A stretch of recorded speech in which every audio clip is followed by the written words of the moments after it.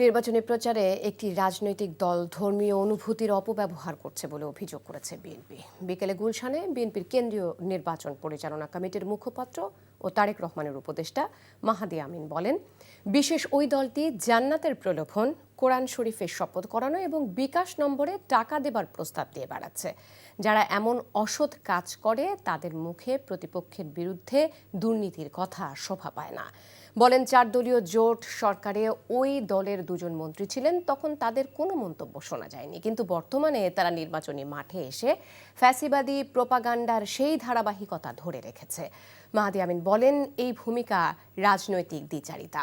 ধানের শীষের পক্ষে প্রচারে অংশ নেয়ায় নওগাঁয় এক মুয়াজ্জিমকে চাকরি থেকে অব্যাহতি দেয়ায় নিন্দা জানিয়ে তাকে পুনর্বহালের দাবি জানান তিনি।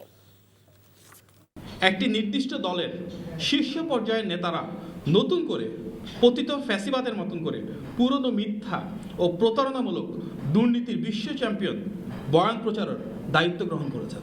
সরকারে থাকা অবস্থায় তখন এই বিষয়ে তাদের কোনো মন্তব্য শোনা যায়নি। আমরা এই ভূমিকাকে রাজনৈতিক দ্বিচারিতা হিসেবে দেখছি। ভোট চাইতে গিয়ে সেই নির্দিষ্ট দলটি ধর্মীয় অনুভূতির অপব্যবহার, জান্নাতের প্রলোভন, কোরআন শরীফে শপথ করানো, এমনকি বিকাশ নম্বরে টাকা দেওয়ার বিভিন্ন প্রস্তাব দিয়ে বেড়াচ্ছে।